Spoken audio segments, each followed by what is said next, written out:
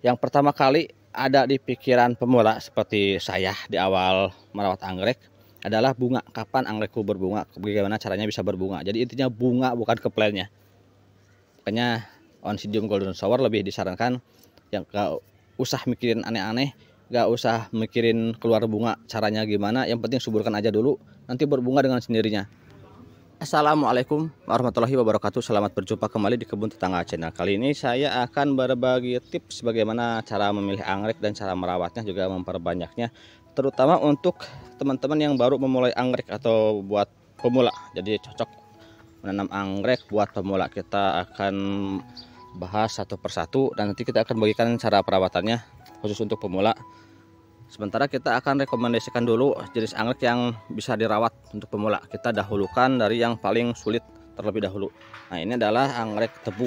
Anggrek tebu ini sangat elegan, bunganya gede banget, pelnya juga gede banget, tinggi, tangkai bunganya bisa mencapai 3 meter ya. Untuk yang ini ukuran batangnya aja sudah hampir 1,5 meter. Jadi lebih dari 1 meter untuk yang ini, tinggi banget. Ini mudah dirawat. Ini tanam full sun full rain. Tidak ada naungan sama sekali, gampang perawatannya. Cuman yang susah adalah membungakannya. Bunganya cukup lama, biasanya berbunga di usia 10 tahun dan itu cukup lama kalau untuk pemula. Jadi buat teman-teman yang baru memulai anggrek, jika ingin menanam anggrek ini jangan terlalu berharap bunga cepat-cepat ya. Jadi jangan terlalu harap bunga dulu karena memang agak lama pembungaannya. Tapi kalau sudah berbunga ini gampang perawatannya, gak susah. Lanjut lagi ke anggrek Grammatophyllum yang lainnya. Untuk ini Grammatophyllum speciosum, ciri khasnya seperti ini, seperti pohon tebu. Ada lagi yang Grammatophyllum scriptum. Nah, yang ini tipenya epiphyt. Kalau untuk tebu bisa di tanah, bisa juga epiphyt. Tapi kalau untuk yang ini tidak bisa di tanah. Ini adalah Grammatophyllum scriptum. Tipenya beda ya, daunnya lebih lebar dan lebih pendek. Dan ukuran bunganya sebesar ini kurang lebih, tapi tangkai bunganya panjang dan jumlah kuntum bunganya luar biasa banyak. Grammatophyllum scriptum yang seperti ini. Ada juga ID yang lain, beda warna tapi tipenya sama seperti ini, epiphyt dan tangkai bunga seperti ini. Ada Grammatophyllum citrinum, ada juga martae, ada mesarcianum dan yang lainnya. Nah, yang ini bisa dirawat juga, tidak terlalu lama jika dibanding anggrek tebu, tapi memang dibanding yang lain agak lama juga sih. Nunggu bulbnya gede dan juga akarnya bagus baru dia berbunga. Selanjutnya yang di agak lama juga setelah ini urutannya ada Cattleya. Nah, ini Cattleya. Cattleya mudah dirawat tapi memang berbunganya susah. Jadi untuk Cattleya berbunga hanya dari tunas yang baru. Tunas yang lama seperti ini tidak bisa berbunga. Dia mengeluarkan tunas baru seperti ini, nanti tunas baru inilah yang akan berbunga begitu. Tapi kadang tunas ini pun tidak berbunga seperti yang ini. Ini udah keluar amplop. Untuk Cattleya ada istilah amplop, ini adalah penutup salon bunga. Nanti salon bunga tumbuh di dalam ini. Nah, kadang amplopnya berisi seperti ini, seperti yang diharapkan. Kadang juga kosong jong seperti ini. Tapi jangan khawatir kalau untuk Cattleya. Kalau untuk amplop ini pasti berisi. Kalau misalkan Imlek ataupun Lebaran pasti amplopnya isi, jangan khawatir. Begitu untuk Cattleya atau Cathy ya. Jadi nanti kita hanya bisa mengharapkan bunga dari tunas yang baru. Untuk Cattleya memang agak susah. Tapi untuk jenis Cattleya mantini itu paling rajin berbunga. Jadi kalau teman-teman mau merawat anggrek Cattleya, pertama kali sebaiknya mantini dulu agar tidak kecewa, agar lebih mudah perawatannya dan juga lebih mudah berbunga. Lanjut lagi di atas Cattleya ada anggrek bulan atau Phalaenopsis. Nah, ini lebih mudah dibanding Cattleya, jauh lebih mudah dibanding Cattleya. Cuman memang ada beberapa kasus ada yang sulit juga berbunga. Jadi untuk teman-teman yang mau merawat anggrek Phalaenopsis atau anggrek bulan, sebaiknya jangan merawat hanya satu plant, rawatlah beberapa plant, minimal 10 plant dengan ID yang berbeda. Karena dalam satu ID itu atau dari beberapa ID kadang ada yang gampang berbunga tanpa dirangsang pembungaan, dia bisa berbunga sendirinya dengan sendirinya. Ada juga yang memang susah.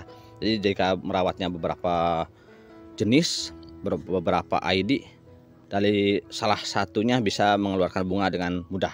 Terutama pada Phalaenopsis spesies ya, anggrek spesies itu lebih mudah adaptasi, lebih mudah berbunga seperti Phalaenopsis amabilis ataupun yang lainnya, itu jauh lebih mudah berbunga. Lanjut lagi ke anggrek yang gampang berbunga. Nah, jadi urutannya dari yang susah dulu ya, dari yang susah, kemudian sedang, dan yang paling mudah berbunga. Yang paling mudah berbunga selanjutnya adalah Dendrobium. Nah, ini Dendrobium paling mudah berbunga. Kita dari Dendrobium yang sulit dulu. Ini adalah Dendrobium nobile. Dendrobium nobile ini cukup mudah dirawat, tapi memang pada beberapa kasus sulit berbunga. Ini dirawat di dataran rendah ya, jadi bisa di dataran rendah ataupun dataran tinggi bisa dirawat dan berbunga. Cuman memang di dataran rendah agak lama pembungaannya, lebih mudah mengeluarkan keiki daripada pembungaan. Tipe daunnya lemas dan bunga keluar dari samping seperti ini. Kalau gak bunga biasanya keiki seperti ini. Kemudian ada Dendrobium, ini hibiki, si cantik hibiki. Untuk hibiki lebih mudah berbunga daripada ini, daripada nobil. Lanjut lagi, yang paling mudah berbunga untuk Dendrobium adalah Dendrobium tipe bulat seperti ini. Nah, ini Dendrobium bulat, ciri khasnya keluar bunga dari pucuk dari atas. Ini paling mudah berbunga, mau warna apa atau jenis apa, yang penting tipe bunganya seperti ini, keluar dari atas. Ini lebih mudah berbunga, berbeda dengan nobile yang keluar bunga dari samping. Ini bekas berbunga ya. Nah, ini pernah berbunga, ini bekas bunga, yang ini jadi keiki, 2 keiki 1 bunga, dan ini rencananya mau saya bungakan kembali.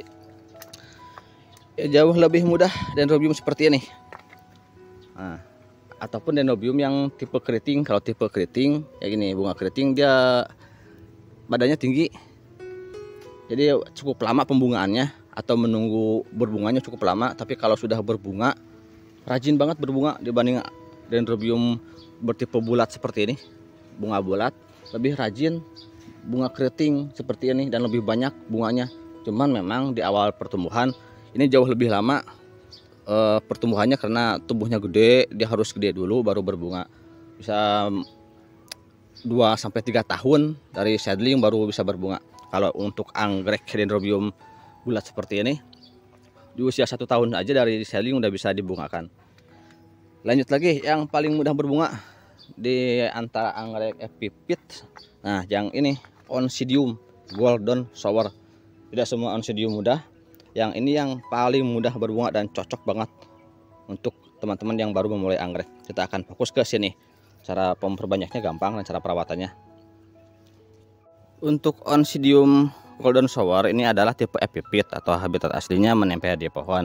Tapi untuk ID ini cukup adaptif, jadi bisa ditanam sebagai epipit, bisa juga ditanam memakai media tanam sekam seperti menanam anggrek tanah ataupun tanaman hias yang lainnya. Memakai sekam mentah aja sudah bisa tumbuh, ataupun akar pakis ataupun arang dan yang lainnya. Jadi anggrek ini cukup adaptif, sangat mudah berbunga, sangat mudah tumbuh, dan cara perbanyakannya pun mudah beranak dan mudah diperbanyak. Kita akan coba perbanyak dulu, nanti setelah perbanyakan cara penanaman dan perawatan. Nah, kita perbanyak dari anakan seperti ini ya. Ini ada anakannya. Kita potong minimal 2 blub. 1 blub pun bisa, atau 1 batang. Cuman lebih bagus mempunyai 2 batang agar cadangan makanannya banyak di awal pertumbuhan. Nah, seperti ini. Cara perbanyakannya seperti ini. Kita akan tanam di pot. Untuk media tanam yang paling mudah dicari adalah sabut kelapa. Sabut kelapanya remas dulu seperti ini, agak kecil-kecil ya, jangan terlalu padat agar lebih mudah. Pada awal penanaman anggrek sebaiknya memakai media tanam yang lembut seperti ini. Nantinya bisa memakai arang ataupun yang lainnya. Kita balut bagian akarnya seperti ini.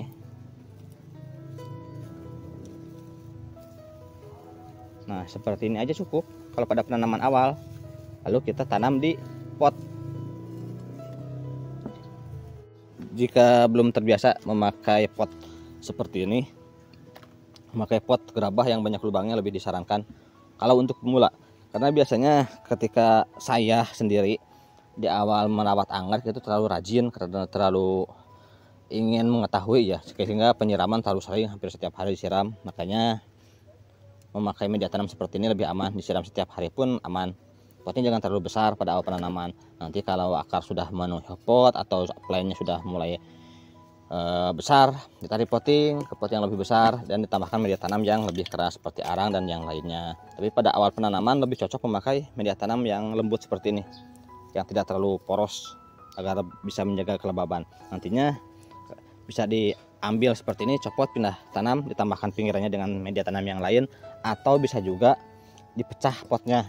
Jika akar sudah merambat banyak, tentu saja susah mengambilnya, kita pecah aja, gak usah diambil semua, yang penting potnya pecah, remuk, nanti kita tambahkan ke sini atau dicampur, diisi atau disimpan ke pot yang lebih besar dan ditambahkan media tanam. Itu seperti itu aja sudah aman kalau untuk Oncidium. Dan untuk perawatannya, anggrek ini cukup mudah. Pada awal merawat anggrek ini saya mencoba teknik pembungaan pada anggrek yang lain ya. Kita diberi pupuk pembungaan, dimanja anggreknya, tapi tidak kunjung bunga, lur. Anehnya ketika saya biarkan, saya tidak terlalu memperhatikan bunga, saya merawat seperti biasanya, yang penting subur, malah berbunga dengan sendirinya. Jadi untuk anggrek ini jangan dimanja, kayaknya cocok untuk pemula yang baru memulai anggrek. Merawat anggrek ini gak perlu pusing, gak aneh-aneh, yang penting dibiarkan aja subur. Kalau untuk pupuk, beri air cucian beras aja sudah cukup kalau untuk anggrek ini. Jadi ketika kita mencuci beras, air cucian berasnya bagian yang beningnya disiramkan ke area perakaran setiap seminggu sekali, jangan setiap hari, seminggu sekali aja udah cukup. Kalau untuk penyiraman usahakan setiap hari. Kalau penanamannya seperti ini, kalau penanamannya memakai sphagnum moss, itu bisa seminggu sekali. Cukup sulit penanaman dalam sphagnum moss atau memakai media tanam sphagnum moss jika belum terbiasa, karena harus bagus peelingnya untuk penyiraman. Nah seperti ini kan basah banget, becek. Ini jangan disiram selama 4 hari, biarkan aja. Yang ini juga sama nih, untuk Phalaenopsis media tanam sphagnum moss, dan sebaiknya ditempatkan di bawah naungan. Jika di luar ruangan lebih beresiko busuk kalau untuk penanaman anggrek dalam media tanam sphagnum moss. Nah jadi yang paling mudah seperti ini aja. Kalau untuk media tanam arang ini bagus juga, anti kadaluarsa. Cuman untuk penanaman di awal biasanya terlalu kering, sulit menjaga kelembaban. Jadi ketika kita mau menanam atau baru menanam dari splitan seperti ini, sebaiknya memakai media tanam yang cukup bagus menahan air tapi juga tidak terlalu becek.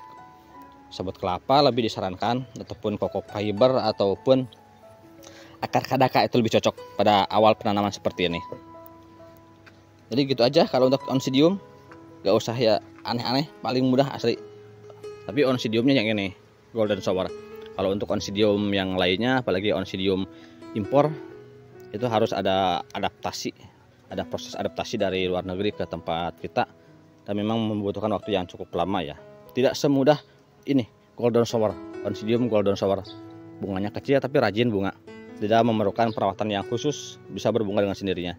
Sementara segitu aja dulu dari saya, karena ini videonya khusus untuk pemula ya, untuk yang baru mulai anggrek agar tidak kecewa. Karena yang pertama kali ada di pikiran pemula seperti saya di awal merawat anggrek adalah bunga, kapan anggrekku berbunga, bagaimana caranya bisa berbunga. Jadi intinya bunga, bukan ke plantnya. Makanya Oncidium Golden Shower lebih disarankan yang gak usah mikirin aneh-aneh, gak usah mikirin keluar bunga caranya gimana, yang penting suburkan aja dulu, nanti berbunga dengan sendirinya. Seperti itu kalau untuk Golden Shower. Sementara sekian aja dulu dari saya, mudah-mudahan bermanfaat. Wassalamualaikum warahmatullahi wabarakatuh.